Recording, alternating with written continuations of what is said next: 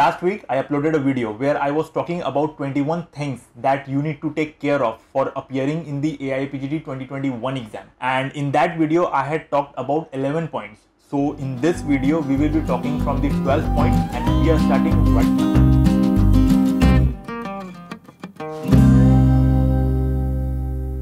Hello everyone, my name is Dr. Taha Khan. Welcome to my YouTube channel where I share with you clinic and exam related productivity tips and strategies. If this is your first time here, start now by subscribing and hit the bell icon so that you don't miss anything. Point number 12 is revisions. See, 1 month before the exam or 40 days before the exam, I would never recommend you to study something new.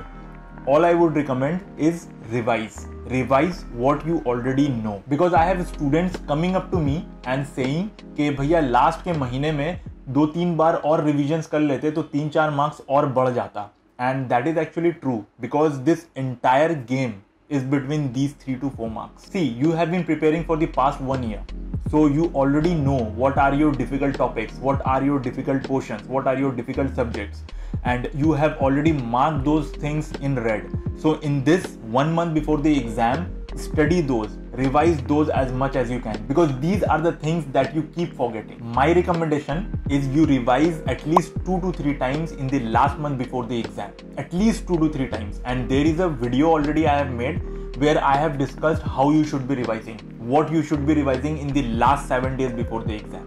I'll put the link of that video down in the description below. Go check that out if you want. Next, point number 13.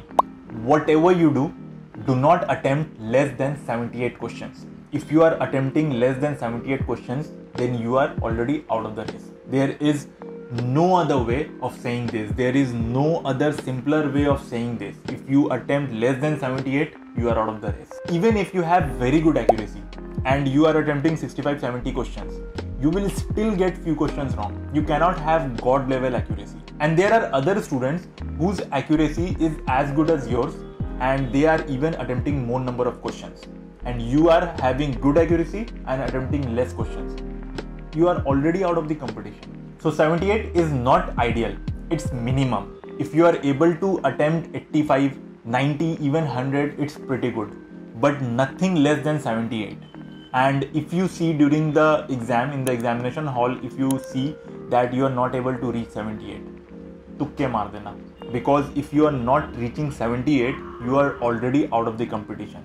So it's better to try some flukes than to be out at the first go. Point number 14, answer as you go. Immediately when the timer starts, you start reading the question. And after reading the question, if you are confident enough that you know the answer to this question with accuracy, you are 100% sure, then you mark the answer that this is the answer. I mean to say that you need to be confident. It's not that you have marked the answer that, okay, I am marking the answer, I am almost sure, 90% sure that this is the answer, but I'll again recheck. You won't get time for that. You won't have at the end of the exam, you won't have that time. So as you are going, answer with confidence. If you are not confident, then mark that question for review. But if you are confident, then mark that answer straight away. Number 15, think twice before you answer. See, inside the exam hall, when you are reading the question, firstly, read the question properly. Because what happens, many a times there are all except type of questions.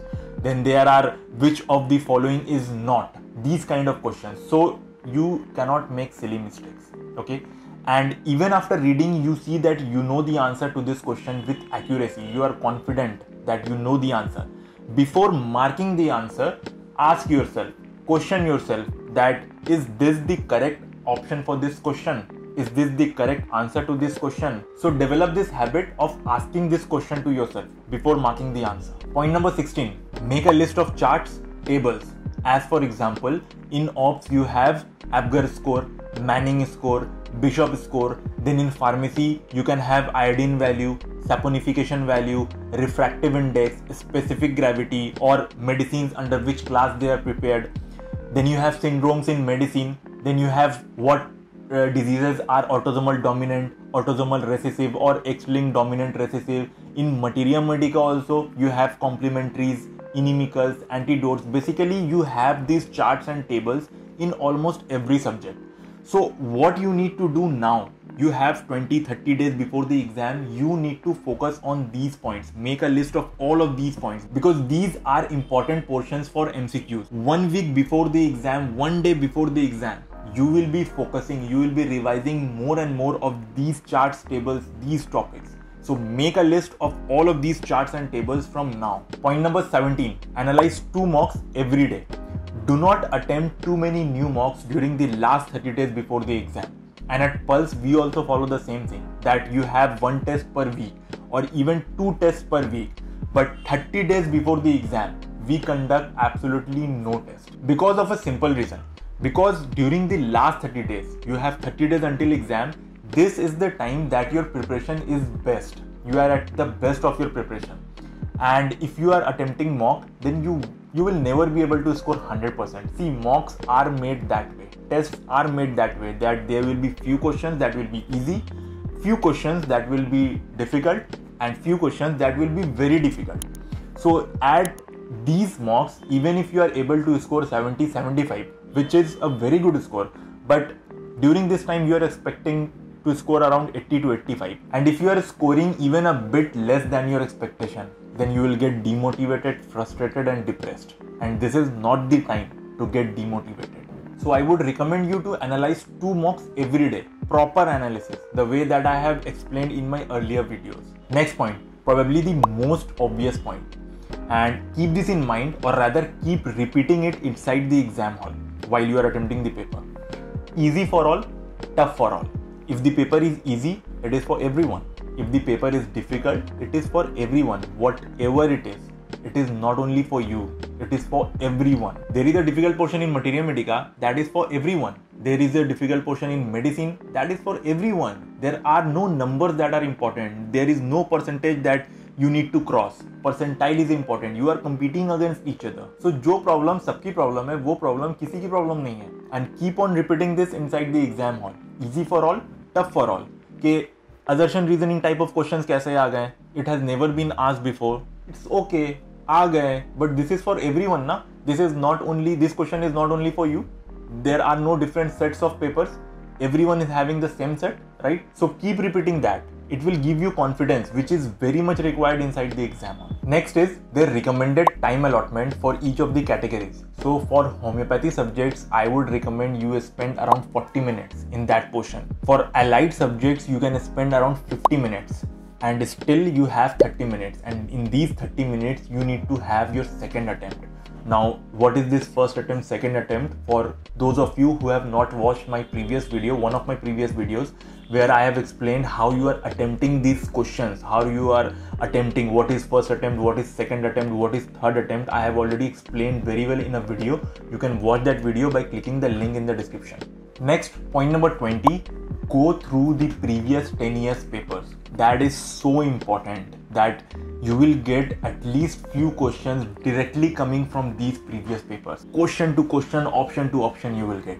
Even the student who has prepared nothing the entire year, they go through these previous 10 years paper before appearing in the exam. That is so important. Go through it 2 times, 3 times, 10 times if required. But you should remember the answer to each and every question of these 10 years. And if you are a registered student at Pulse, go through all the test papers, the online test papers that have been conducted. Go through the last minute revisions that have been shared with you. Because these papers and these last minute revisions have been so meticulously prepared by our faculty, I can almost guarantee you that at least 40 to 50% of the questions in your final exam will be common from here. Last point number 21, what to do after the exam. So if your center is in Kolkata, after the exam, when you come outside, I will be interviewing students and asking them to share their experience of the exam. If you want to share your experience, then you are most welcome. And even if you are not in Kolkata and you want to share your experience of the exam, then we can do that through video conferencing, through a video call. But for that, after the exam, you contact me through the email, through my email that is given in the description of this video. So these were the 21 points. Go through each and every points properly. And best of luck to each and every one of you who are going to appear in this exam. Let me know how you like the video. Give it a thumbs up if you liked it. Share it with your friends, and I'll see you in the next.